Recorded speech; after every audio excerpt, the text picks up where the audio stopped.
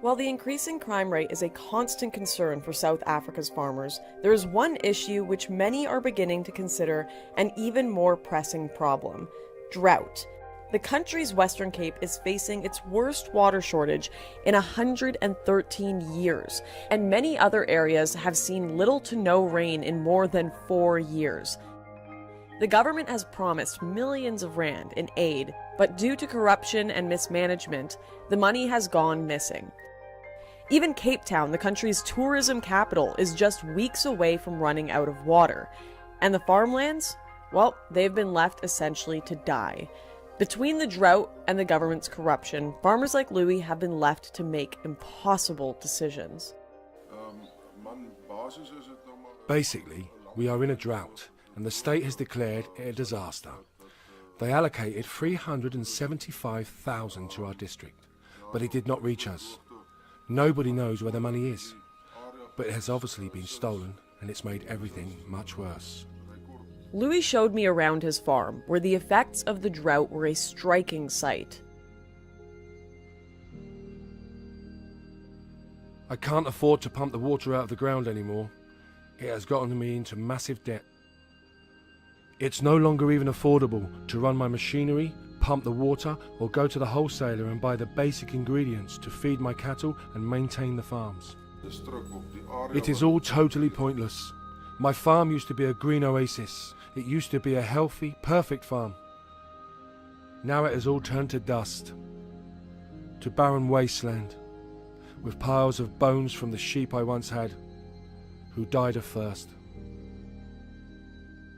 Over the past few years, the South African government has used its black economic empowerment policy to coerce utility companies into depleting the number of white workers to reflect the racial makeup of the country.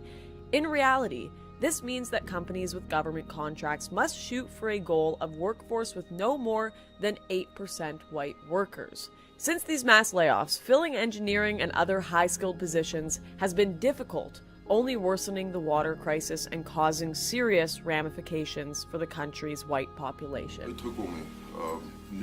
I could no longer afford to maintain my old home, so it fell into disrepair, and we now live in a much smaller shack down the road. There is nothing left of that house. The floors have rotted, the walls are breaking. The place my children were born, the place my wife and I built from scratch and used to love, it is now just rubble. This is happening to everyone, everywhere here. You drive up and down these lands, and all you can see is dilapidated farms. There are extremely difficult times laying ahead for us. Everything points towards them trying to break us. In a country so dependent on these farms for its food and for some of its major exports like Angora mohair, it is hard to believe the government is doing little to help, or worse, as some are speculating, purposely withholding aid as they battle with farmers for the land. The whole objective of the government is to make it very difficult economically. Through fuel and property taxes, they are overtaxing us on everything. Like everyone in South Africa, our lives are turning to ruin, and they are doing it to us on purpose. The government here feel nothing for us. They want us starving or dead. It is a strategy they have been working on for years. It's hard, working here every day, knowing they are going to chase you out in 6 months. The government even said openly they are going to take our land.